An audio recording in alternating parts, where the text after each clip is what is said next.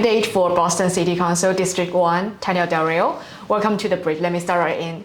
And you have worked in various government roles between 2016 to 2020. You worked in the Walsh administration as executive director of the Mayor's Office of Women's Advancement. That's a great job. And what did that work experience bring to you? Wow. First of all, thank you for having me and for giving me the opportunity to speak with you and with your audience. Yeah, I did have an opportunity to work in City Hall here. And before that, I had extra government experience with the government of Mexico, where I was in the Foreign Service as a diplomat. And in the Office of Women's Advancement, I had the opportunity to really build out the city's work around supporting the childcare workforce and also families that rely on that workforce, because we had noticed that it was a sector in crisis. And this is even before COVID, when not that many people were talking about it, and many families were suffering in silence because it's so expensive. It's an expense that people aren't ready or prepared to make because they sometimes don't realize that it's going to be more expensive than your mortgage. It can be more expensive than tuition in UMass Boston, for example. And people are told, save up for college, but they're hardly ever told, save up for childcare for, when your kid is little. And so that was a pain point for families. And at the other end, the workers are also in really bad conditions where they're doing very important, very difficult work, but it's not compensated or respected to the level that it needs to be. And so we launched the First City program to provide these workers with funding and with training around how to be a business owner, because they're already great educators, but business ownership is something that they asked us to provide some help with.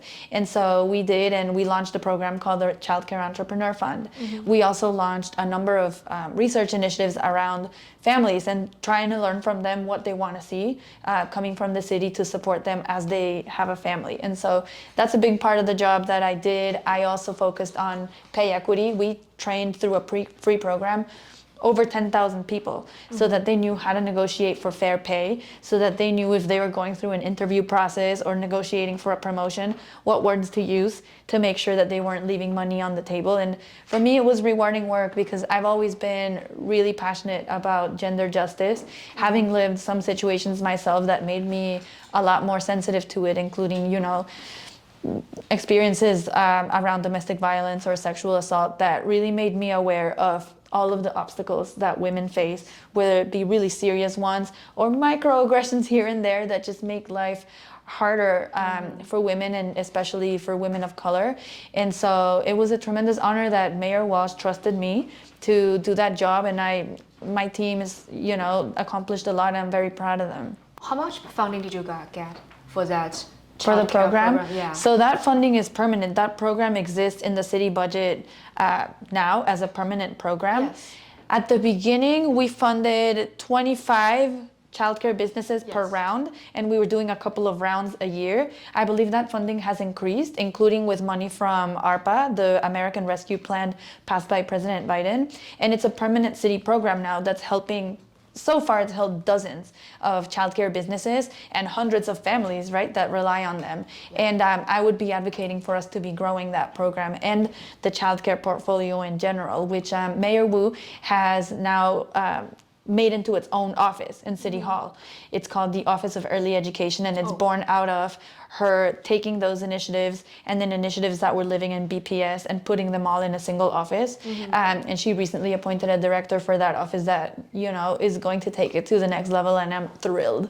Last year, you were leader of YWCA Cambridge, an organization that is dedicated to eliminating racism and empowering women. So that is also a position that is very relevant to the current situation of women in Cambridge. So how is this different from your previous experience in the mayor's office, like you just said?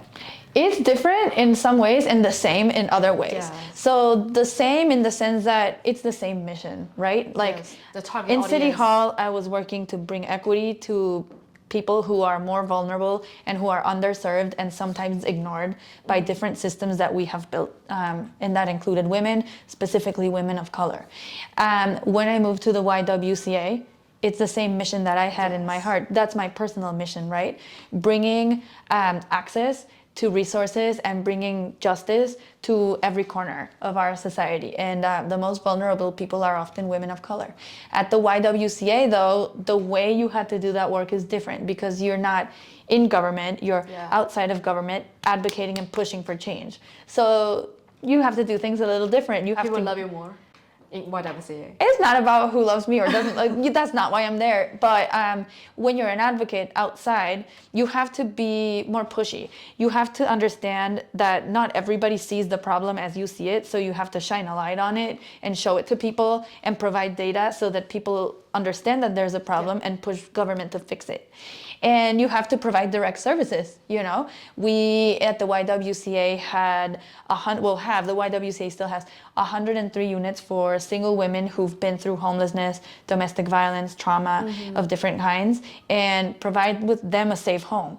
So we had those women, 10 families as well who had emergency housing needs. And so that's the group of people that we were directly serving, and we needed to make sure they had a safe and welcoming environment in which they could be empowered to build the life that they wanted for themselves. And sometimes they would live at the YWCA for the short term, stabilize, and maybe move out and just build a new life. Or sometimes we have people who would live there for the long term and always be in our care. And it's just really rewarding, a rewarding type of line of work. Yes. And I saw an opportunity to run for the city council as a way to broaden and deepen that impact. Because while at the YWCA, you get a chance to serve those 100 women and those 10 families in the shelter, in a city council seat, you can serve a lot more people in very different ways. And what better to do it in my own community where my children are growing up, and just make sure that not only my kids, but everybody's kids and everybody's family is thriving. So it was a hard choice because I did love my job at the Y, but this is going to be a way to serve in a new level. Yes. So we talked about your children earlier before, and I heard that your kids are friends with Boston Mayor Michelle's kids. That's really interesting. Yeah. How did they meet each other?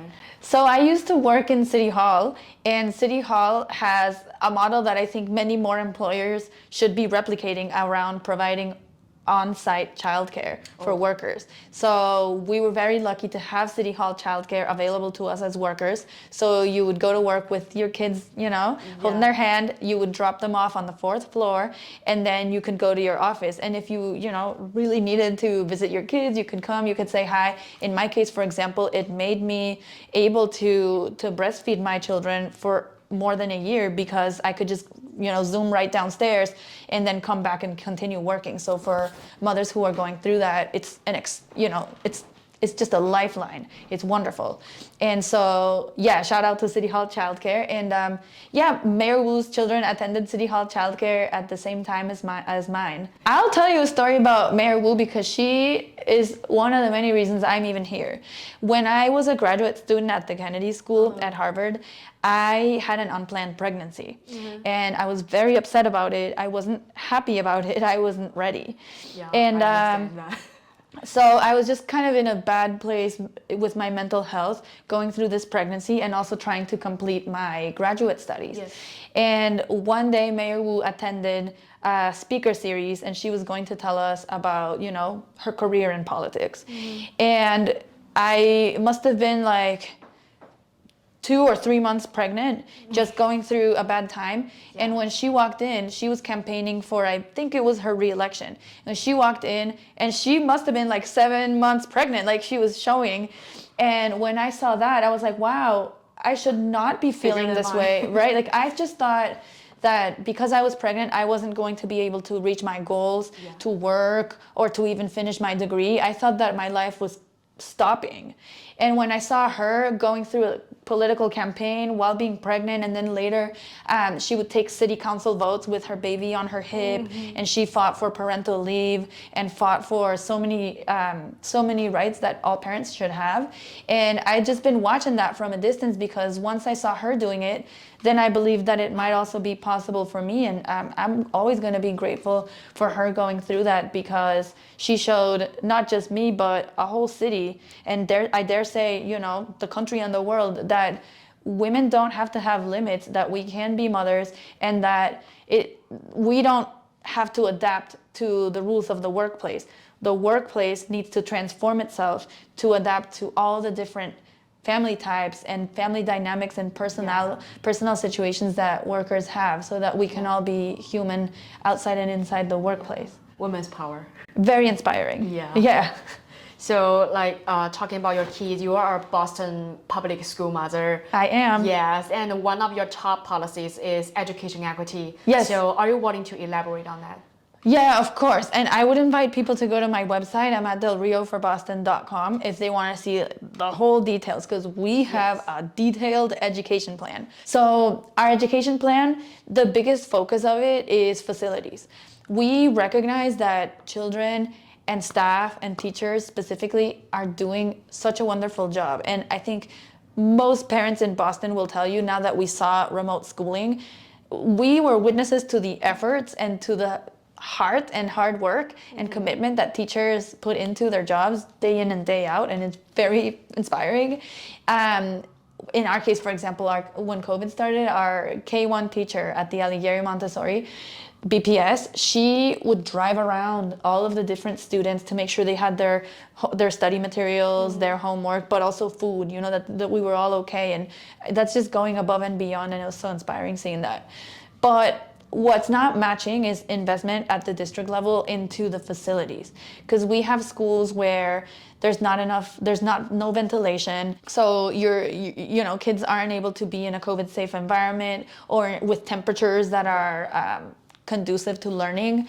We have schools where we have had flooding because the pipes haven't been maintained, and it's not we have schools where the playgrounds are unsafe and we've had injured children. So sometimes it's like reaching levels where it's not even safe. And so I believe that Boston deserves better. We are a rich city in a rich country this is a city where public education was born, right, in this country. And so we need to be an example for the rest of the country about how to do education well. And currently we're not living up to that promise, but we can.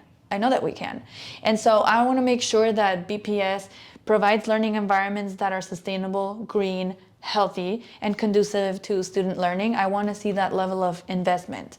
And there's other pieces in my plan around providing for mental health supports, especially now after what everyone's gone through with the pandemic, and supporting teachers. So yeah, if anyone wants to read the details, they're on my website, and I'm very proud to say that plan isn't just my ideas. It is community-led. We talk to teachers, we talk to parents, we even talk to students about what should be in it. We talk to district leaders. And so it's a collective of vision and of thought that we have tried very hard to convene.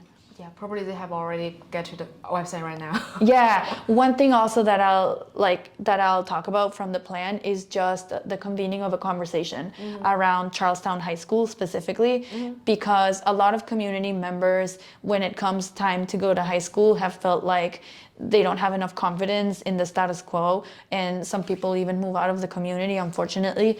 And so I really want to focus on having Charlestown High School be the jewel, be the community, magnet that everyone wants to see there. The current school community does a lot of great work, and we need to bridge those gaps in the conversation between the school community, all of our neighbors in Charlestown, so that high school can be as, exemplary as all of us want.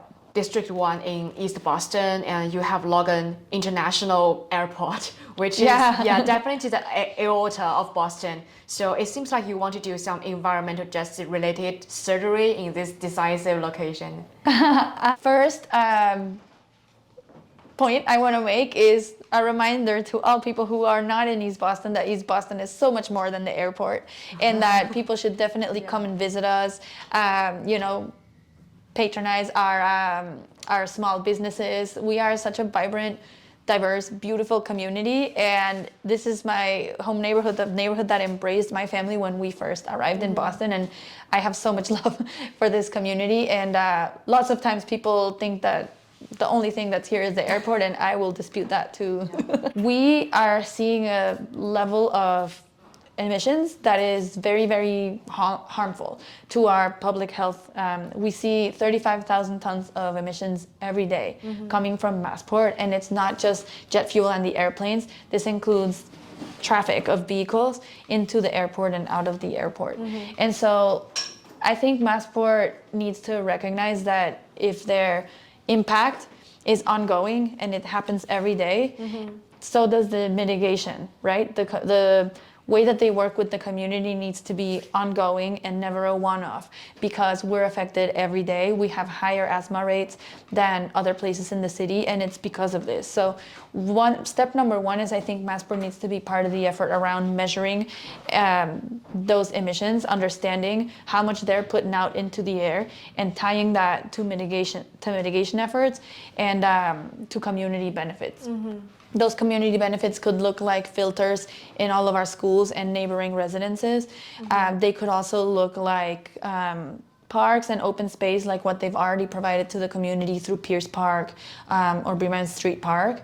But they also need to come with efforts to reduce their emissions. So I want them to see, for example, fully funding a free Logan Express shuttle, so that people in the suburbs are encouraged and incentivized to not bring their cars into the airport, instead riding the shuttle. Maybe we could think about other ways in which we can reduce traffic, but I really want to see Massport being innovative and going far beyond what they're currently proposing. Yes. You're already talking about like free parking lot, like do not want to see an expansion of parking lots. I think we need to go in the opposite direction, because if you're providing parking infrastructure, you're inviting more cars, where what we need to be doing is discouraging car use into the airport, providing really attractive public transit options so that people from the suburbs that want to use the airport can ride in. Yes. Instead of drive in. So you want public transportation more than the private vehicles? Okay. Yeah. Absolutely. Yeah, that's kind of better for the environment. 100%. Yes. Yeah. And you said you are the first Latino running for this position in City Council, and there is a strong immigrant population in your district, just like you. So could you please clarify the word used, language isolated community? Language isolated community. Yes.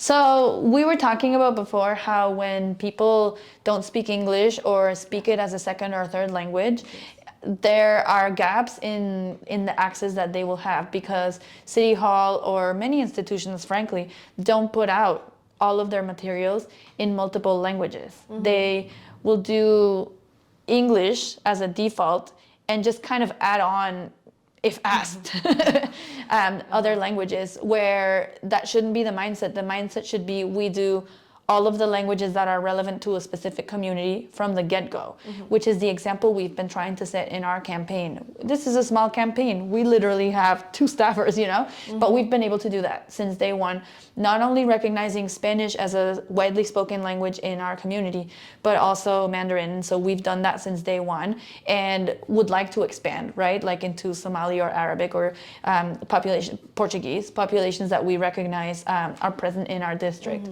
And so if a little city council campaign can do that, imagine what City Hall or other institutions, bigger institutions, could do if they really prioritized this and took it seriously. One example we've had is, for example, the whole process around the Eversource substation that's being proposed here in East Boston, and which not only East Boston but the whole city opposes. One of the big problems with the process was that it was not multilingual from the beginning. And so people weren't able to even understand that there was a discussion happening until it was very late in the process, and it's just not fair or equitable, because then they don't get a chance to participate. So another example is the Boston 311 app that the city provides. It is the most basic city service, right? 311, you use it to report a pothole, to ask for a dead animal removal, to report litter. I mean, people use 311 for a number of really important things, needle pickup. I mean, things that are really a matter of like public health and safety. And the fact that the app is in only English is disappointing. We need to work on that yesterday, because people need to be able to access basic city services. And if they don't want to call, or if they can't call, then there's just not that option for them. So those are things that I would really want to work on. I thank Mayor Wu and other officials that have started that work in City Hall, because we also have to recognize that some work has been done, but we're not there yet. And so that's a topic that I really want to be involved in. And I think being an immigrant gives you a certain sensitivity to what it's like being on the outside of a system, right? Like when I moved to Boston, I didn't really know how Boston worked. People helped me, people told me, I understood, some of what it means to be a part of city government and how the political process even works by working in the city, by being in the mayor's office. But that's not an opportunity that everybody will get. And so how can we make those processes friendlier to people, accessible to people? I'm not someone that is part of the system, supported by the system. I'm someone who came to learn the system. I understand it now, but I remember what it's like to not be a part of that. And so I think I can help bring people along in just a different way because I understand them. Yeah, many candidates for government mentioned the term affordable housing, and you did that too. So yes. Regarding this common topic, what is your vision for that?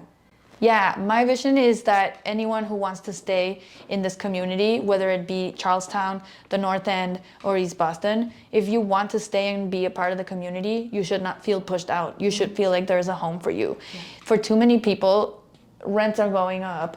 Property taxes are going up. If you're on a fixed income, you don't feel like you can keep up. Yeah. And so the vision is that if you want to stay, you should be able to. And we need to do that by taking enough housing outside of the market, because if you leave it to the market, you're basically saying if you can't afford it, we're okay with you not having housing. And I believe most of us disagree with that statement, right? Most of us believe that if you're a human being, you should have housing. Mm-hmm. And if you can't afford it, you should be receiving help. My own family received help to buy our first apartment on Border Street in East Boston through a program that the City of Boston had through the Department of Neighborhood Development that allowed us to own our first apartment, which was affordable, build up our equity, but not speculate, right? Slowly build your equity. And then when we were able to enter the market, we did, and passed that opportunity to a new family.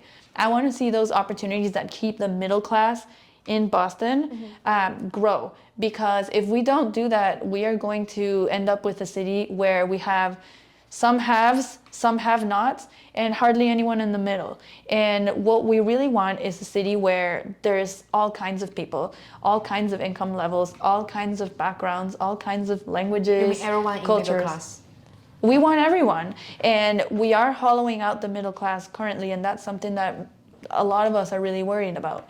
Now, as far as affordable rent, affordable public housing, we definitely need to protect what we have and increase the availability. So I think when developers are building, new units, we need to be asking them to do 25% affordable at the very least, and more if possible. Yeah. And increase the linkage fees that they provide when they do commercial development, so that we can build more affordable housing on site in our neighborhoods, so that people of all income levels can mix and be part of the community equally. Yes. One of your housing policies stated the word linkage fees, and in low-income communities where land may be cheaper and more accessible. So do you think the reliance on linkage fees may further exacerbate economic segregation? No, I don't think so, because when you have more linkage fees, the city receives more money to build affordable housing. Yeah. So I think it's one of the tools that we have, and it's a positive one. Yeah. It can't be the only one. I do think that the city should be promoting community land trusts, for example, so that a community can own a piece of land and make it permanently affordable. Because there are some theories that, like, if you get more linkage fees, so people will be satisfied with their low-income situation, so they may stop there and not to the middle class, like you stated just. So linkage fees go to the city so that the city can build housing. Mm-hmm. And there are different types of affordable housing. You could be in public housing, or you could be in income restricted, like what I had. For example, the program that we were a part of, we bought the condo at an affordable price, but then I got a promotion. My husband, who couldn't work for his immigration, then got his immigration papers, was able to work. And that's how we were able to save up and then buy a home on the market. That's the type of program that you want to see because there's no cliff effect, right? You can save up and then you can pass on that opportunity for the next person or be there in the long term and invest in your community, which is also something we want to see people do. But I think you're talking about cliff effects that people face when they're in housing and all of a sudden if they make more money then they have to pay more in rent or they stop receiving benefits, and that's a big issue because it does disincentivize people from seeking more education or higher paying jobs. So we really have to build